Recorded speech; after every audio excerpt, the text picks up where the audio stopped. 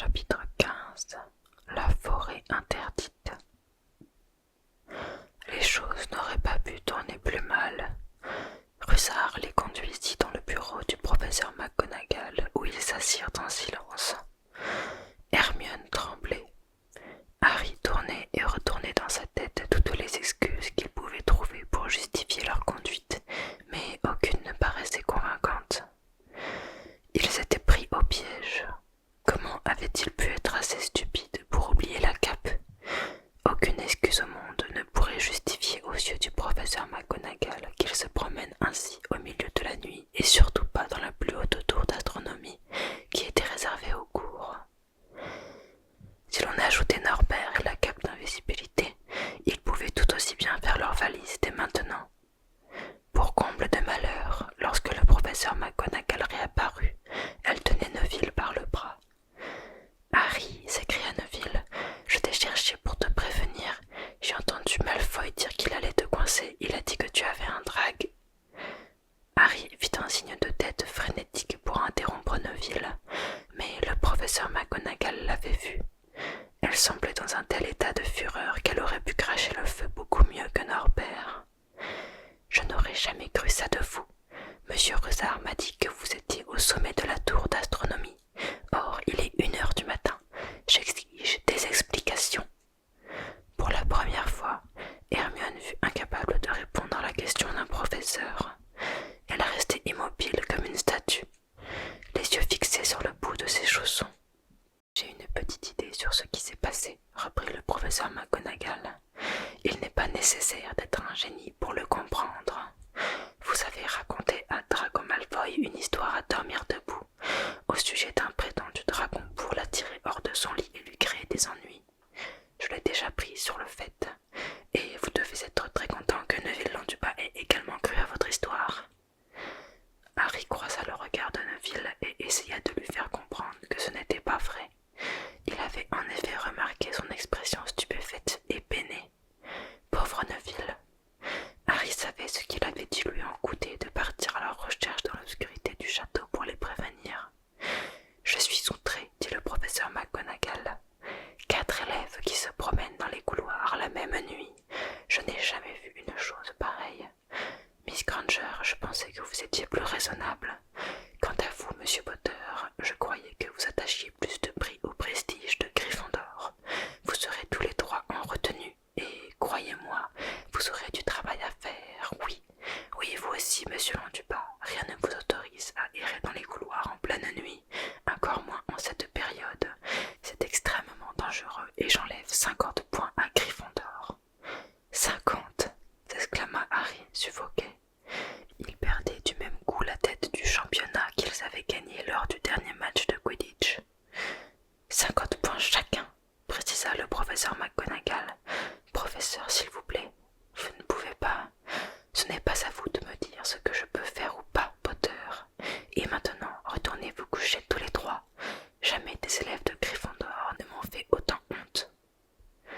150 points perdus. Gryffondor était relégué à la dernière place du championnat. En une seule nuit, il lui avait fait perdre toute chance de remporter la Coupe des 4 maisons. Comment pourrait-il jamais rattraper un tel handicap? Harry ne dormit pas de la nuit. Il entendit Neville sangloter dans son oreiller des heures entières. Il ne savait pas quoi dire pour le consoler. Tout comme lui, Neville redoutait l'aube.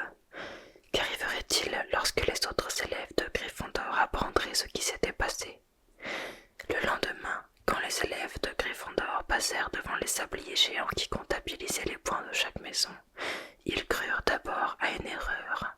Comment aurait-il pu perdre 150 points en une nuit? L'histoire commença alors à se répandre. C'était Harry Potter, le célèbre Harry Potter, le héros des 2 derniers matchs de Quidditch, qui leur avait fait perdre tous ses points, lui et 2 autres idiots de première année. Harry, qui avait été le plus populaire, le plus admiré des élèves de l'école, devint brusquement celui qu'on détestait le plus. Même les serre-d'aigle et les poufs-souffles s'en prenaient à lui, car ils avaient tous espéré que les Serpentards perdraient la coupe. Partout où Harry apparaissait, on le montrait du doigt, on l'insultait à haute voix. Les Serpentards, en revanche, applaudissaient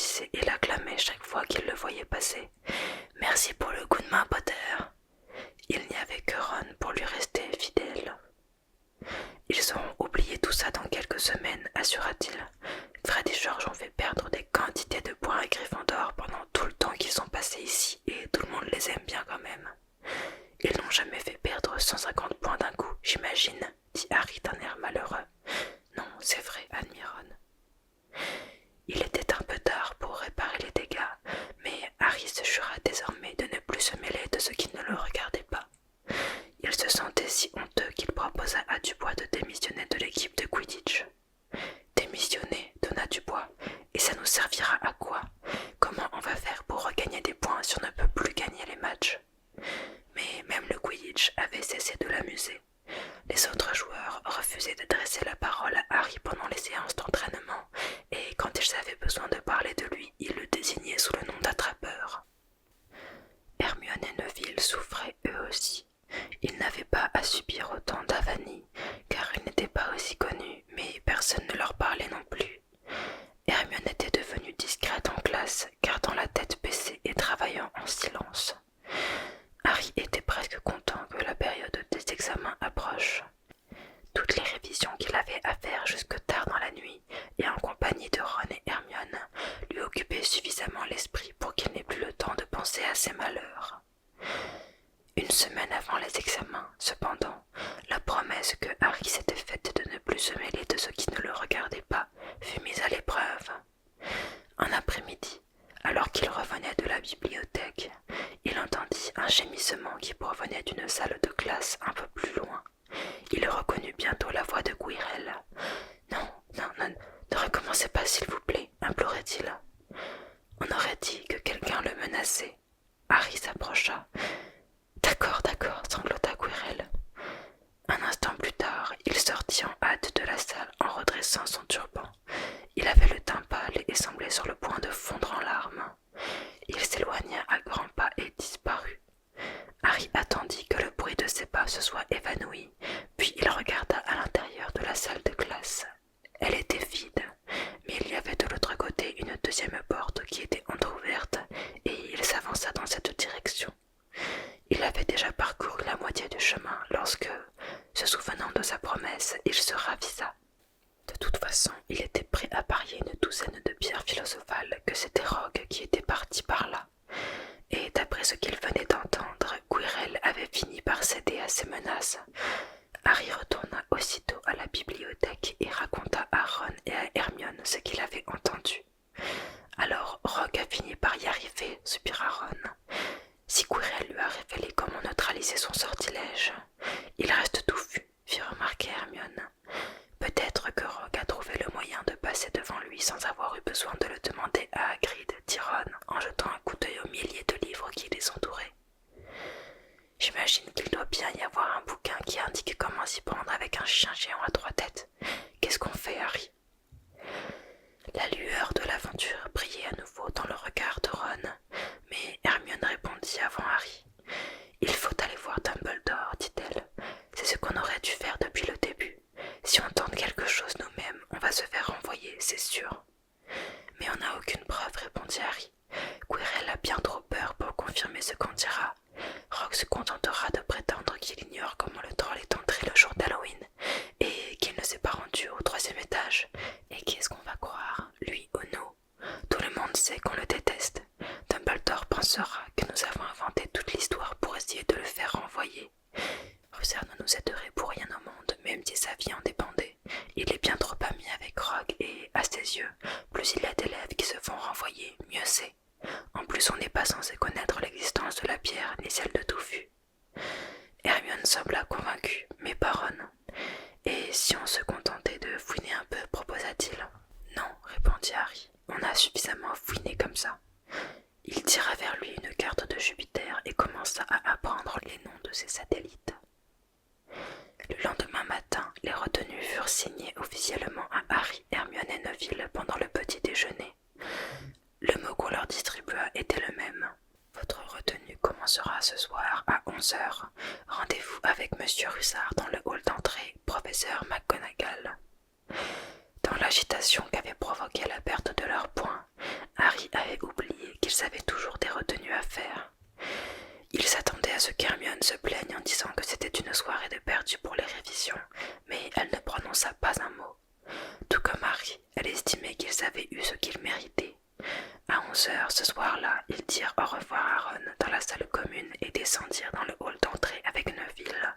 Rusard était déjà là, ainsi que Malfoy. Lui aussi était puni. Harry avait fini par l'oublier. « Suivez-moi, dit Rusard en les conduisant au dehors, une lampe à la main.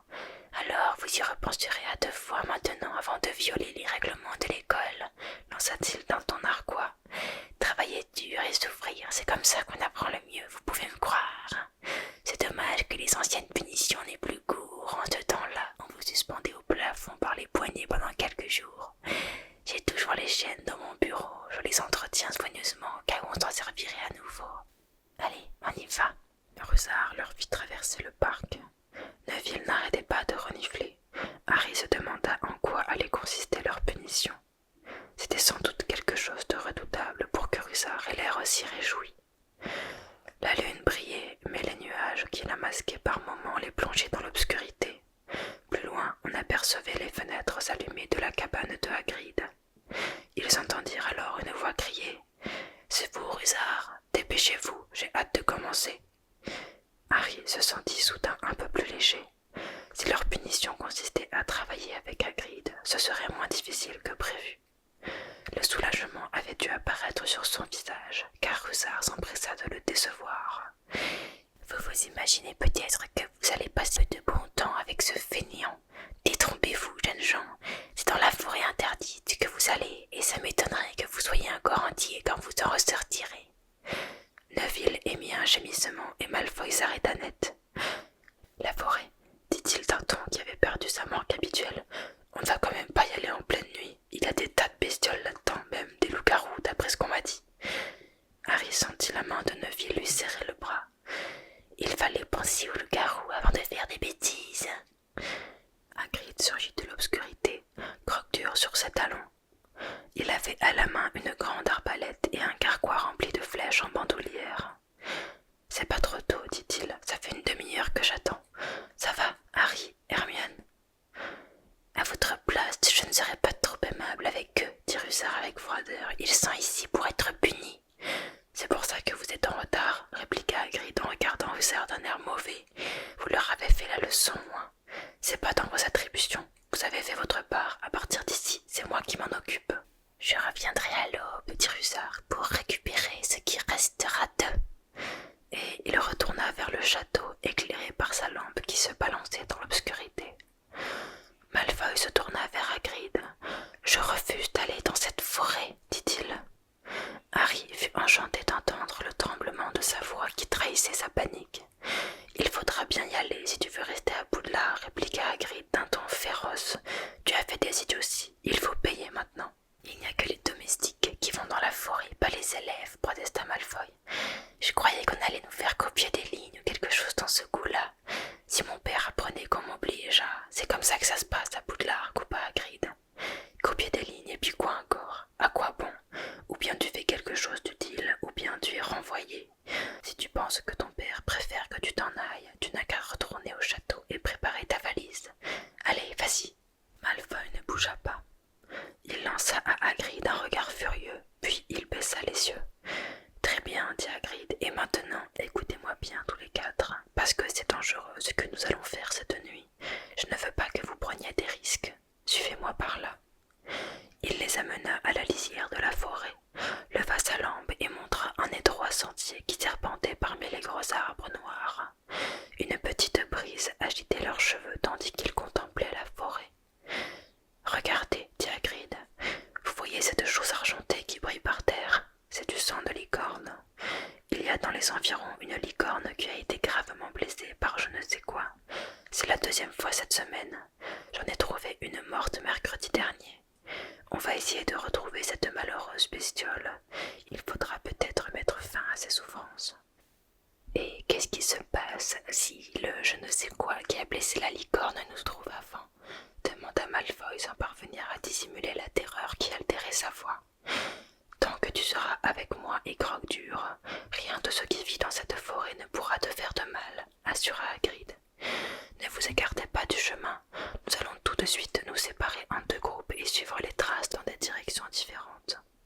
Il y a du sang partout, elle a dû errer dans tous les sens depuis la nuit dernière. » « Je veux croque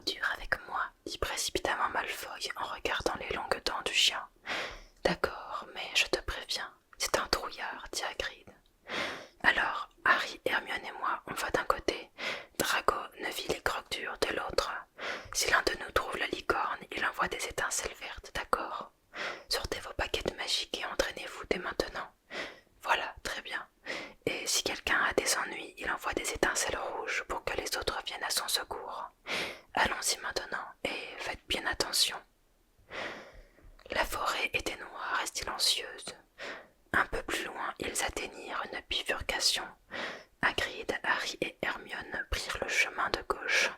Malfoy ne vit les croque-durs celui de droite.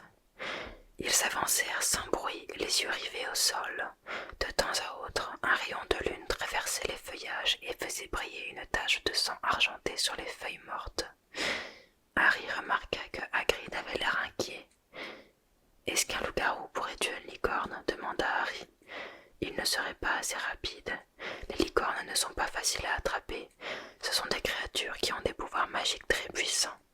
Avant ça, je n'avais jamais entendu dire qu'on puisse blesser une licorne. » Ils passèrent devant une souche d'arbre couverte de mousse. Harry entendit un bruit d'eau.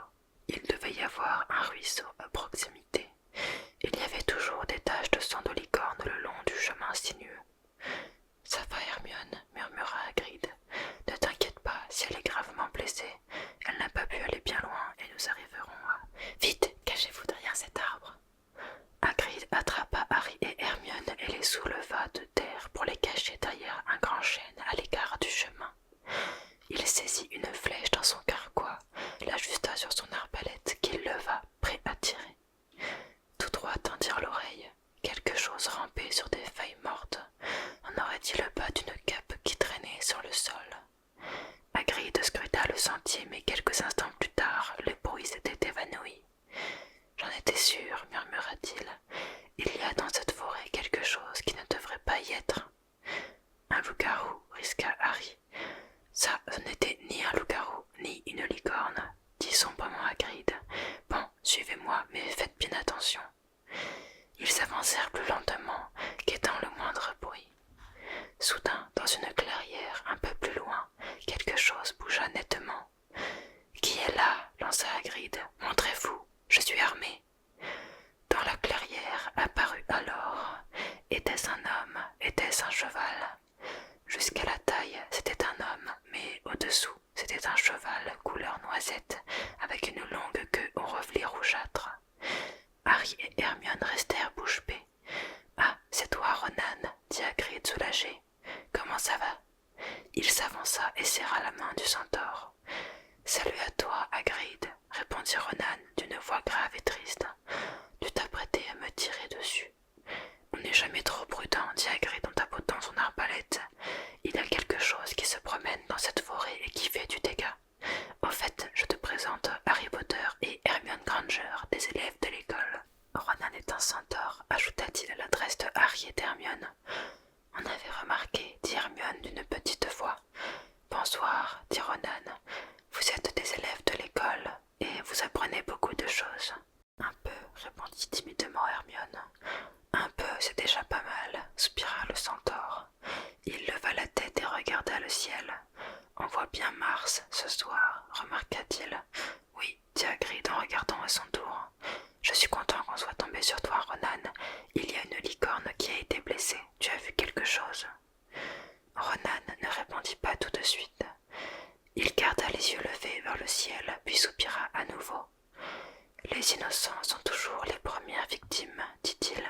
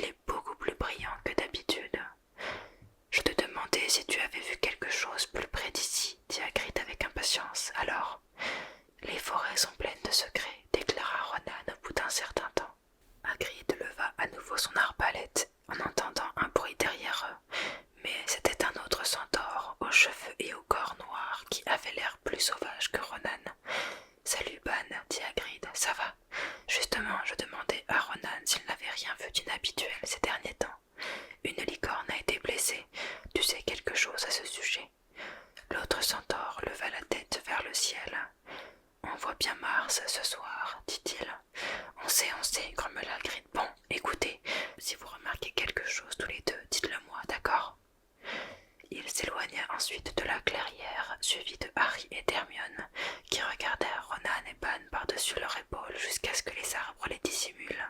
Avec les centaures, impossible d'obtenir une réponse claire, dit Hagrid. Ils passent leur temps à regarder les étoiles, ces imbéciles. Rien ne les intéresse, si ça ne passe pas au moins sur la lune. Il y en a beaucoup ici, demanda Hermione. Oh, pas mal, oui. Ils restent entre eux le plus souvent. Mais je vais les voir si jamais j'ai besoin d'un renseignement. Ils savent beaucoup de choses. L'ennui, c'est qu'ils ne sont pas très bavards. Vous croyez que c'était un centaure qu'on a entendu tout à l'heure, demanda Harry. Non, ça ne ressemblait pas à des bruits de sabots. Je suis sûr que c'était ce qui a tué la licorne. Je n'avais jamais entendu ça auparavant. Ils s'enfoncèrent un peu plus dans l'épaisse forêt. Harry avait le sentiment désagréable qu'on les observait et il n'était pas fâché que Hagrid soit armé. Soudain, Hermione agrippa le bras de Hagrid. « Regardez, s'écria-t-elle, des étincelles rouges, les autres ont des ennuis. »« Attendez-moi ici, vous deux, dit Hagrid. Ne vous éloignez pas du sentier, je viendrai vous rechercher. » Ils l'entendirent s'enfoncer dans les sous-bois et échangèrent un long regard terrifié jusqu'à ce qu'ils n'entendent plus que les bruissements des feuillages autour d'eux. « Tu crois qu'ils sont blessés ?» murmura Hermione. « Disait Malfoy, ça m'est égal, mais s'il est arrivé quelque chose à Neville, c'est à cause de nous qu'il est ici. » Les minutes passèrent interminables. Leur ouïe s'affinait. Harry percevait chaque souffle de vent, chaque craquement de brindilles. Que se passait-il? Où étaient les autres? Enfin, des bruits de pas sonores annoncèrent le retour de Hagrid. Malfoy, Neville et Croque-Dur étaient avec lui. Hagrid fulminait. D'après ce que Harry et Hermione comprirent, Malfoy s'était approché sans bruit de Neville et l'avait saisi par derrière pour lui faire une farce. Neville avait alors paniqué et envoyé les étincelles. « On aura de la chance si on attrape quelque chose avec tout le raffut que vous avez fait. On va changer les groupes. Neville, tu restes avec moi et Hermione. Toi, Harry, tu vas avec Croque-Dur et cet imbécile. Je suis désolé, souffla-t-il à Harry, mais toi au moins, il n'arrivera pas à te faire peur. » Harry partit donc en compagnie de Malfoy et de Croque-Dur. Ils marchèrent pendant plus d'une demi-heure. La forêt était de plus en plus épaisse à mesure qu'ils avançaient, et le sentier devint presque impraticable. Harry avait l'impression que les taches de sang étaient plus abondantes. Il en vit sur les racines d'un arbre comme si la malheureuse créature s'était débattue, folle de douleur. À travers le feuillage d'un vieux chêne, Harry aperçut une clairière. Il fit signe à Malfoy de s'arrêter. Il y avait quelque chose d'un blanc brillant sur le sol. Ils s'approchèrent prudemment. C'était bien la licorne. Elle était morte. Harry n'avait jamais rien vu d'aussi beau et d'aussi triste. Ses longues jambes minces s'étaient repliées dans sa chute, et sa crinière étalée formait une tache gris-perle sur les feuilles sombres. Harry s'avançait vers elle lorsqu'un bruissement le figea sur place. Au bord de la clairière, un buisson frémit. Puis une silhouette encapuchonnée sortit de l'ombre et rampa sur le sol, comme une bête traquant un gibier. Harry, Malfoy et Croque-Dur étaient pétrifiés. La silhouette s'arrêta devant le cadavre de la licorne, pencha la tête sur le flanc déchiré de l'animal et commença à boire son sang. Ah! Malfoy laissa échapper un terrible hurlement et prit aussitôt la fuite, suivi de Croque-Dur. La silhouette au capuchon leva la tête et darda son regard sur Harry. Du sang de licorne lui coulait sur la poitrine. La silhouette se leva d'un bond et se précipita vers lui. Paralysé par la peur, Harry fut incapable de bouger. Une douleur foudroyante lui traversa alors la tête, une douleur comme il n'en avait encore jamais ressentie. C'était comme si sa cicatrice avait soudain pris feu. À moitié aveuglé, il recula en titubant. Au même moment, il entendit des bruits de sabots qui galopaient derrière lui, puis quelque chose lui sauta par-dessus et fonça vers la silhouette. La douleur de Harry était si intense qu'il tomba à genoux. Il dut attendre un bon moment avant qu'elle ne s'atténue. Lorsqu'il releva la tête, la silhouette avait disparu et un centaure se tenait devant lui. Ce n'était ni Ronan ni Ban. Celui-ci paraissait plus jeune, il avait des cheveux blonds blancs et un corps de couleur alezan. « Ça va ?» demanda le centaure en aidant Harry à se relever. « Oui, merci. Qu'est-ce que c'était ?» Le centaure ne répondit pas. Il avait les yeux d'un bleu surprenant, comme des saphirs délavés. Il observa attentivement Harry et son regard s'attarda sur la cicatrice qui brillait, livide, sur son front. « Tu es le fils Potter, dit le centaure. Il faudrait mieux que tu retournes auprès de Hagrid. La forêt n'est pas sûre ces temps-ci, surtout pour toi. Tu sais monter à cheval, ce sera plus rapide. Je m'appelle Firenze, ajouta-t-il en pliant les jambes pour que Harry puisse monter sur son dos. Il eut alors un autre bruit de galop, et Ronan et Pan surgirent des arbres, les flancs palpitants couverts de sueur. « Firenze, donna Pan, qu'est-ce que tu fais? Tu portes un humain sur ton dos, tu n'as donc aucune honte. Tu te prends pour une vulgaire mule. » « Vous savez qui est ce garçon ?» répliqua Firenze. « C'est le fils Potter. Plus vite il aura quitté la forêt, mieux cela vaudra. »« Qu'est-ce que tu lui as dit ?» gronda Pan. « Souviens-toi, Firenze, nous avons fait serment de ne pas nous opposer aux décisions du ciel. N'avons-nous pas lu dans les mouvements des planètes ce qui doit arriver ?» Je suis sûr que Firenze a cru bien faire, intervint Ronan de sa voix sombre. « Bien faire !» s'écria Pan avec colère en frappant le sol de son sabot. « Qu'avons-nous à voir là-dedans? Les centaures se soumettent au décret du destin. Nous n'avons pas à nous promener comme des ânes pour aller chercher les humains égarés dans la forêt. » Sous le coup de la colère, Firenze se mit à ruer et Harry dut se cramponner pour ne pas tomber. « Tu ne vois donc pas cette licorne ?» lança-t-il à Pan. « Tu ne comprends pas pourquoi elle a été tuée. Les planètes ne t'ont pas dévoilé ce secret. Je me dresse contre ceux qui se cachent dans cette forêt, Pan, même s'il faut pour cela venir en aide à un humain. » Firenze partit alors au galop, et Harry essaya de s'accrocher de son mieux tandis qu'il plongeait dans la forêt, laissant Ronan et Pan derrière eux. Harry n'avait aucune idée de ce qui se passait. « Pourquoi Pan est-il tellement en colère ?» demanda-t-il. « C'est à cause de cette chose dont tu m'as sauvé. » Firenze ralentit l'allure et conseilla à Harry de baisser la tête pour ne pas se heurter aux branches basses, mais il ne répondit pas à la question. Ils poursuivirent leur chemin en silence, puis, alors qu'ils traversaient d'épais sous-bois, Firenze s'arrêta soudain. « Harry Potter, dit-il, sais-tu à quoi sert le sang des licornes ?»« Non, répondit Harry, surpris par l'étrange question. Dans les potions, nous n'utilisons que leurs cornes et les grains de leur queue. »« Tuer une licorne est une chose monstrueuse, dit Firenze. Pour commettre un tel crime, il faut n'avoir rien à perdre et tout à gagner. Le sang de licorne permet de survivre, même si on est sur le point de mourir, mais à un prix terrible, car il faut tuer un être pur et sans défense pour sauver sa propre vie. Et dès l'instant où les lèvres touchent le sang, ce n'est plus qu'une demi-vie, une vie maudite. » Harry observa la crinière de Firenze que la lune parsemait de taches argentées. Qui pourrait être désespéré à ce point, se demanda Harry à voix haute. « Si on doit être maudit à jamais, mieux vaut mourir, non ?»« Oui, dit Firenze, à moins qu'on ait simplement besoin de survivre suffisamment longtemps pour pouvoir boire quelque chose d'autre, quelque chose qui redonne la force et la puissance, quelque chose qui permette de ne jamais mourir. Harry Potter, sais-tu ce qui est caché dans l'école en ce moment ? La pierre philosophale, l'élixir de longue vie, bien sûr, mais je ne comprends pas qui. Ne connais-tu pas quelqu'un qui a passé des années à guetter la moindre occasion de retrouver son pouvoir, qui s'est cramponné à la vie en attendant sa chance ?» Harry eut l'impression qu'une main de fer venait de se refermer sur son cœur. Il se souvenait de ce que Hagrid lui avait dit lors de leur première rencontre.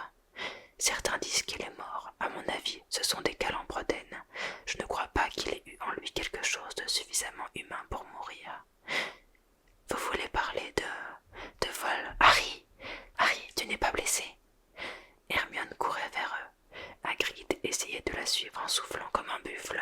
« Ça va très bien, répondit machinalement Harry. La licorne est morte, Hagrid. Elle est dans la clairière, là-bas. »« C'est ici que je te quitte, dit Firenze tandis que Hagrid se précipitait vers la clairière. Tu es en sécurité à présent. » Harry se laissa glisser à terre. « Bonne chance, Harry Potter. Il arrive qu'on se trompe en lisant le destin dans les planètes, même les centaures. J'espère que c'est le cas aujourd'hui. » Il fit demi-tour et s'en alla dans les profondeurs de la forêt. Harry le regarda s'éloigner en frissonnant. Ron était tombé endormi dans la salle commune sombre en attendant leur retour, mais lorsque Harry le secoua, il se sentit parfaitement réveillé et écouta le récit de ce qui s'était passé dans la forêt. Harry ne tenait pas en place. Toujours tremblant, il faisait les 100 pas devant la cheminée. Rogue veut la pierre pour la donner à Voldemort, et Voldemort l'attend dans la forêt. Et pendant tout ce temps-là, nous pensions que Rogue voulait simplement devenir riche. Arrête de prononcer ce nom, murmura Ron effrayé. On aurait dit qu'il avait peur que Voldemort les entende, mais Harry ne l'écoutait pas. Firenze m'a sauvé, mais il n'aurait pas dû le faire. Pan était furieux. Il disait qu'il ne fallait pas intervenir dans ce que décident les planètes. Elles doivent sûrement montrer que Voldemort est de retour. Et Pan pense que Firenze aurait dû laisser Voldemort me tuer. J'imagine que ça aussi, c'était écrit dans les étoiles. Arrête de prononcer ce nom, dit Ron d'une voix sifflante. Maintenant, je n'ai plus qu'à attendre que Rogue vole la pierre, poursuivit Harry d'une voix fébrile, et Voldemort pourra en finir avec moi, comme ça, Pan sera content. Hermione paraissait terrifiée, mais elle essaya de le rassurer. Harry, tout le monde dit que Dumbledore est le seul dont tu sais qui a jamais eu peur. Avec Dumbledore, il ne sera pas touché à toi. Et d'ailleurs, qui dit que les centaures ont raison? Il parle comme s'il disait la bonne aventure, et d'après le professeur McGonagall, c'est une branche très douteuse de la magie. Ils étaient encore là à parler lorsque l'aube se leva. Épuisés, ils montèrent se coucher, la gorge en feu. Mais les surprises de la